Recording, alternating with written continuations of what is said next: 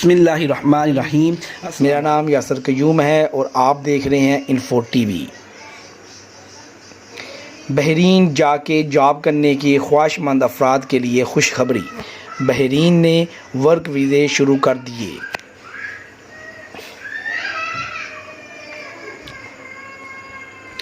بحرین جا کے کام کرنے کے خواہش مند افراد کے لیے اچھی خبر ہے۔ بحرین کی حکومت نے غیر ملکیوں کے لیے ورک پرمٹ دوبارہ شروع کرنے کا اعلان کر دیا ہے۔ کورونا کی وبا کی وجہ سے تمام طرح کے ویزوں کا اجرا روک دیا گیا تھا، تاہم اب وزٹ ویزوں کے ساتھ ساتھ ورک ویزے بھی شروع کرنے کا اعلان کر دیا گیا ہے۔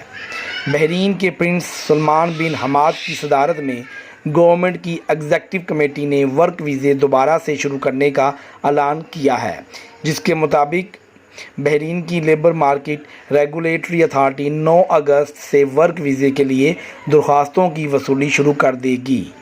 اس نئے فیصلے میں ایک چیز اضافی بھی شامل کی گئی ہے کہ جو بھی ادارے دوسرے ممالک سے افرادی قوت حاصل کرنا چاہتے ہیں، ان کے لیے لازمی ہوگا کہ وہ پہلے کم از کم 2 ہفتوں کے لیے بحرین میں ہی متعلقہ ملازمت کے لیے خالی اسامی کی تشہیر کریں، تاکہ بحرین میں پہلے سے موجود بے روزگار غیر ملکیوں اور مقامی شہریوں کو ملازمت کے لیے ترجیح دی جا سکے۔